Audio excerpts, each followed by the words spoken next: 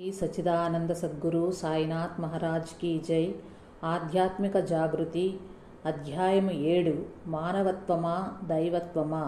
పూజ్య గురుదేవులు శ్రీ ఎక్కిరాల భరద్వాజ మాస్టర్ గారి బ్రహ్మానుభూతి పర్వదిన సందర్భంగా ఫిబ్రవరి 2011లో పూజ్యశ్రీ అమ్మగారు రాసిన వ్యాసము. మానవ శ్రేయస్సుకు మానవత్వం గొప్పదా దైవత్వం గొప్పదా అనే ప్రశ్న ఎప్పుడూ ఉంటూనే ఉంటుంది. కొంతమంది మానవత్వమే గొప్పదంటే కొంతమంది దైవత్వమే గొప్పదని వాదించుకుంటారు. ఇంతకు ఏది గొప్పది అనే విషయంలో ఎవరి అభిప్రాయాలు వారికి ఉండటం సహజమే.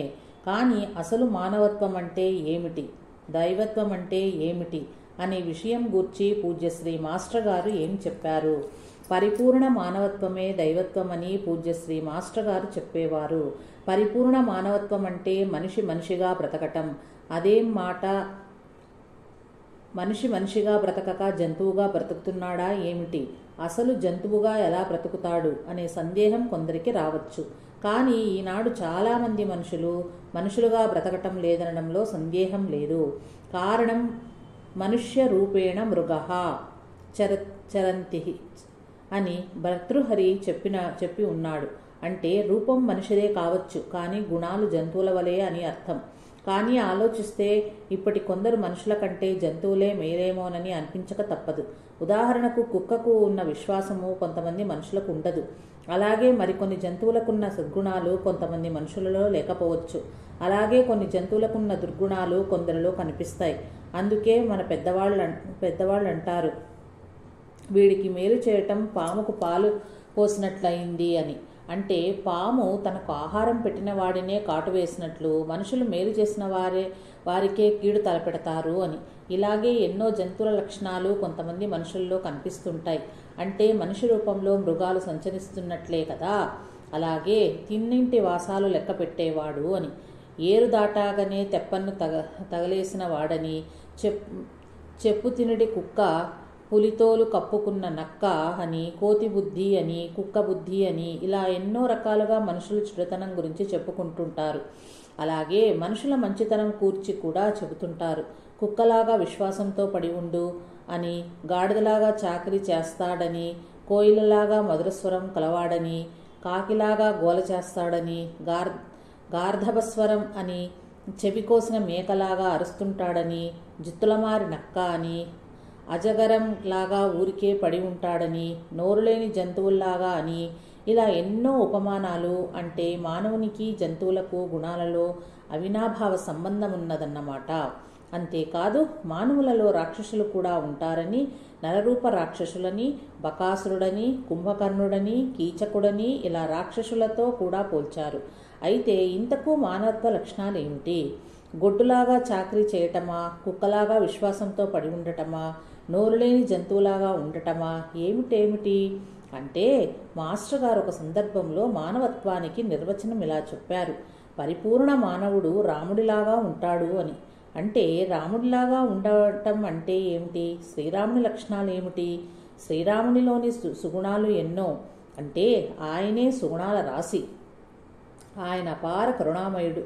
తల్లిదండ్రుల పట్ల, భార్య బిడ్డల పట్ల, సేవకుల పట్ల, ప్రజల పట్ల, సకల జీవరాశి పట్ల ఆయన ఎంతో ప్రేమగా ఉండేవాడు. శ్రీరాముడు ధర్మస్వరూపుడు. ఆయన సకల ధర్మాలను చక్కగా ఆచరించి చూపాడు. శత్రువుల పట్ల ఆయన క్షమాగుణము. తనకు మేలు చేసిన వారి పట్ల కృతజ్ఞత, సేవ చేసే వారిపై కరుణ, శరణు పొందిన వారిపై క్షమ, పెద్దలు ఋషుల పట్ల వినమ్రత, కష్టాలలో సహనం, ఎటువంటి పరిస్థితులలోనూ మొక్కవోని ధర్మనిరతి, యాచకులు ఆశ్రితుల పట్ల దానగుణము, విపత్కర పరిస్థితులలో అపార ధైర్య సాహసాలు, ఇవన్నీ ఆయనలో పరిపూర్ణంగా ఉన్నాయి. అందుకే ఆయన పరిపూర్ణ మానవుడు. దయా, క్షమ, సహనము, ఔదార్యము, ధైర్యము, సాహసము, ఓదార్పు, కృతజ్ఞత, ధర్మనిరతి, అధర్మం పట్ల కఠినత్వము, సకల జీవుల పట్ల ప్రేమ, సహాయం చేయటము, ఇలా ఏవి మానవత్వ లక్షణాలని చెబుతారో అవన్నీ పరిపూర్ణంగా శ్రీరామునిలో ఉన్నాయి. కనుక ఆయన దేవుడు, అవతార పురుషుడు. అంటే పరిపూర్ణ మానవత్వమే దైవత్వం అన్నమాట. ఈనాడు ఇలాంటి మానవులు తక్కువ మందే ఉన్నారని చెప్పవచ్చు. ఈనాడు మానవుల్లో ఈ దానవత్వ, పశుత్వ లక్షణాలే ఎక్కువగా కనిపిస్తున్నాయి. మోసాలు, కుట్రలు, కుతంత్రాలు, హత్యలు, దోపిడీలు, దొంగతనాలు ఎక్కువైనాయి. ఒకరిని మించి ఒకరు తమ తెలివితేటలతో మోసం చేయాలనే ప్రయత్నిస్తున్నారు. లౌకిక సుఖాల వేటలో జరిగే ఈ అన్యాయాలకు అంతు లేకుండా ఉంది. వాటిని చూస్తుంటే, వింటుంటే ఇన్ని రకాలుగా కూడా దుశ్చర్యలు చేయవచ్చా అని ఆశ్చర్యం కలగక మానదు. దీనినే దానవత్వమని, పశుత్వమని అంటారు. అంటే ఈ ప్రపంచంలో మానవులే లేరా, మానవ జాతి నశించిందా అని కొందరికి అనిపించవచ్చు. పూర్తిగా అలా అనుకోవటానికి వీల్లేదు. ఈ మానవత్వం ఉన్న వాళ్ళు అక్కడక్కడా మనకు తారసపడుతూనే ఉన్నారు. వారినే రాముని వలె ధర్మాత్ములని, లక్ష్మణుని వలె సోదరుడని, ఆంజనేయుని వలె నమ్మిన బంటని ఇలా అంటూ ఉంటారు. అయితే పరిపూర్ణ మానవత్వం గలవారు కూడా ఈ లోకంలో అవతరిస్తూనే ఉన్నారు.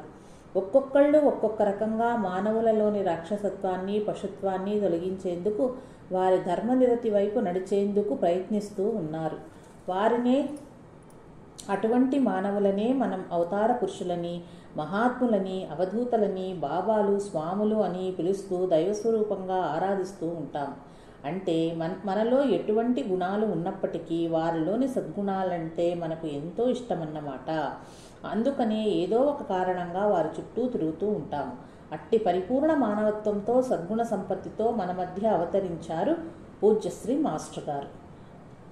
మానవ దేహధారి అయి మన మధ్య సంచరిస్తూ దైవీ సంపదతో విలసిల్లుతూ పరిపూర్ణ మానవత్వాన్ని తెలియచేయటానికై గృహస్థాశ్రమంలో ఉంటూ సామాన్య మానవునిగా ప్రవర్తిస్తూ నేటి సమాజంలో కూడా మానవతతో ఎలా ఉండవచ్చో తెలియచెప్పటానికి అవతరించారు ఆయన.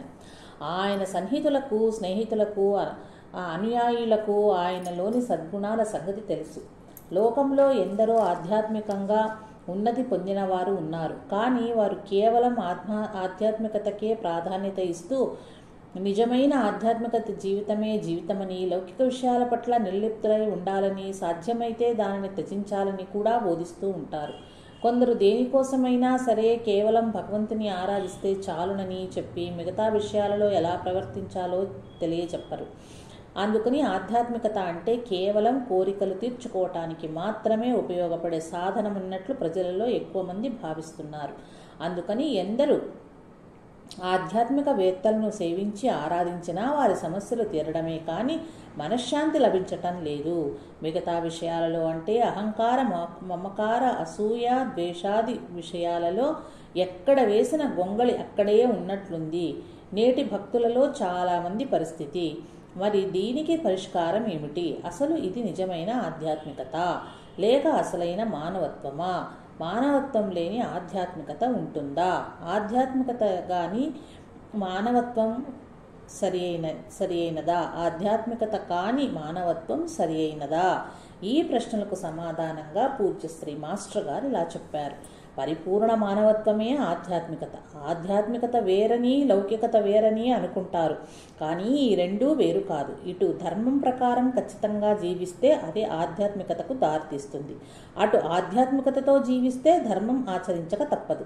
ఉదాహరణకు ఒకడు లౌకిక జీవితాన్ని పరిత్యజించి ఆధ్యాత్మికత కోసమే సన్యసించినప్పటికీ అతడు సన్యాస ధర్మాన్ని సక్రమంగా ఆచరిస్తే కానీ అతడు కోరిన ఆధ్యాత్మికత లభించదు. కాబట్టి ఈ రెండింటినీ సక్రమంగా ఆచరిస్తూనే వీటికి అతీతమైన దానిని పొందవచ్చు. ఈ రెండింటిలో ఏది లోపించినా కుంటిపడక తప్పదు. వాడు పరిపూర్ణ మానవుడు ఏనాటికి కాలేడు. పూజ్యశ్రీ మాస్టర్ గారు జనన మరణాల తత్వం గురించి, సృష్టితత్వం గురించి, ఆధ్యాత్మిక తత్వం గురించి తీవ్రంగా ఆలోచించి తెలుసుకున్నారు. శ్రీ షిరిడి సాయినాథుని అనుగ్రహంతో ఆయన ఆధ్యాత్మిక అనుభూతి పొందారు. అయినప్పటికీ ఆయన లౌకిక విషయాల పట్ల బాధ్యతను విస్మరించలేదు. మామూలు వ్యక్తుల కంటే ఎంతో బాగా లౌకిక వ్యవహారాలను నిర్వర్తించేవారు. చిన్నప్పటి నుంచి ఆయన ధైర్య సాహసాలకు పెట్టిన పేరు. ఎక్కడ ఎవరు అన్యాయంగా ప్రవర్తించినా సహించక వారితో న్యాయ పోరాటం జరిపేవారు. తమరి వారి పట్ల, బంధువుల పట్ల మాత్రమే కాక ఆయన అందరి పట్ల ఎంతో ప్రేమగా ఉండేవారు. ఎవరికీ ఎటువంటి సహాయం కావలసి వచ్చినా తమ శాయశక్తులా సహాయం చేసేవారు. తన వలన సహాయం పొంది తరువాత తమను ద్వేషించినా వారిని కూడా ఆయన నిందించక తండ్రి వలె వారు బాగుపడాలని పాటుపడేవారు. చివరకు తమతో ఎంతో దుష్టంగా ప్రవర్తించిన వారి పట్ల కూడా వారేమి చేస్తున్నారో వారికి తెలియదు. తండ్రి వారిని క్షమించు అన్న యేసుక్రీస్తు వలె వారి పట్ల జాలిపడేవారు. తమ తప్పు తెలుసుకుని తిరిగి ఆశ్రయించిన వారిని ఆయన క్షమించేవారు. ఇక సమాజం బాగుపడాలని ఆయన శతవిధాలుగా ప్రయత్నించారు. లౌకిక కోరికలతో వచ్చేవారికి బాబాను ఆశ్రయిస్తే వారి కోరికలు తీరుతాయని పారాయణాలు చెప్పటమే కాక శాంతి సౌఖ్యాలతో ఉండటానికి అది మాత్రమే చాలదని, మనలోని దుర్గుణాలను పోగొట్టుకోవాలని ఆయన బోధించేవారు. వాటిని పోగొట్టుకోవటానికి వివేకంతో ఆలోచించటం ముఖ్యమని చెప్పి ప్రతి విషయంలోనూ ఎలా ఆలోచించి ఆయా గుణాలను పోగొట్టుకోవచ్చో ఆయన వివరించి చెప్పేవారు. సామాన్యంగా ఇతరులెవరూ చెప్పని ఈ విషయం గురించి ప్రత్యేక శ్రద్ధ వహించేవారు. కారణం రాగద్వేషాలను, అహంకార మమకారాలను పోగొట్టుకొనిదే ఇటు సామాజిక జీవనం కానీ అటు ఆధ్యాత్మిక జీవనం కానీ సక్రమంగా ఉండటం సాధ్యం కాదని ఆయన నొక్కి ఒక్కాణించారు. నేడు ఈ స్వార్థ మమకారాదులు, అసూయాదుల వలనే సమాజం ఎంతగా అశాంతికి గురి అవుతుందో మనం ప్రత్యక్షంగా చూస్తున్నాము. ఇక వీటిని పోగొట్టుకోకుండా ఆధ్యాత్మికతలో ఎంతగా అభివృద్ధి సాధించినప్పటికీ అది అభివృద్ధి ఏ విధంగానూ కాజాలదని, దాని వలన రావణాది రాక్షసుల వలె తమ శక్తులతో ఆధ్యాత్మికత పేరుతో సమాజాన్ని ఇంకా అశాంతికి గురి చేయటమే అవుతుంది. అందువలన సమాజ పతనం తప్పదని ఆయన చెప్పేవారు. సామాజిక పరంగా కూడా సమాజం బాగుపడటానికి అనేక సూచనలు అందించారు. విద్యా వ్యవస్థను మార్చాలని, ఉపాధి వ్యవస్థను మార్చాలని, దూరదర్శన్ పత్రికలు, సినిమాలు ఇప్పుడున్న వైఖరిని మార్చుకోవాలని, అవినీతికి అవకాశం ఇవ్వకూడదని, ధర్మ ప్రబోధం చెయ్యాలని చెప్పేవారు. కారణం అవి అన్నింటికంటే శక్తివంతమైన ప్రచార సాధనాలు కనుక వాటిని సరియైన విధంగా ఉపయోగించుకుంటే సమాజం బాగుపడటానికి ఎంతో అవకాశం ఉంటుందని చెప్పేవారు. ప్రతి వారు సాటివారి పట్ల మానవత్వంతో ప్రవర్తించాలి. అందుకు సాటివారు మనకేది చెయ్యాలనుకుంటామో అది వారికి చెయ్యాలి అనే సూత్రాన్ని పాటిస్తే అందరూ సుఖశాంతులతో ఉండవచ్చునని ఆయన చెప్పేవారు. ఇవన్నీ వాచా బోధించటం మాత్రమే కాక ఆయన అన్నింటినీ ఉత్తమంగా ఆచరించి చూపారు. సకల జీవుల పట్ల ప్రేమ, శాంతము, కరుణ, దయ, క్షమ, మిన్ను విరిగి మీద పడ్డా మొక్కవోని ధైర్యం, సాహసం, అకుంఠిత దీక్ష, విజ్ఞాన సంపద, భక్తి, జ్ఞాన వైరాగ్యాలు ఇవన్నీ ఆయన సహజ గుణాలు. మానవత్వము, దైవత్వము మూర్తీభవించిన ఆయన పరిపూర్ణ మానవుడు కాక మరేమిటి? అందుకే ఆయన అవతార పురుషుడు. ఈ ఫిబ్రవరి 9, 2011 ఆయన చెప్పిన వాటిని గుర్తు తెచ్చుకుని ఆచరిస్తూ పరిపూర్ణ మానవత్వాన్ని పొందటానికి ప్రయత్నం చేద్దాం. జై సాయి మాస్టర్.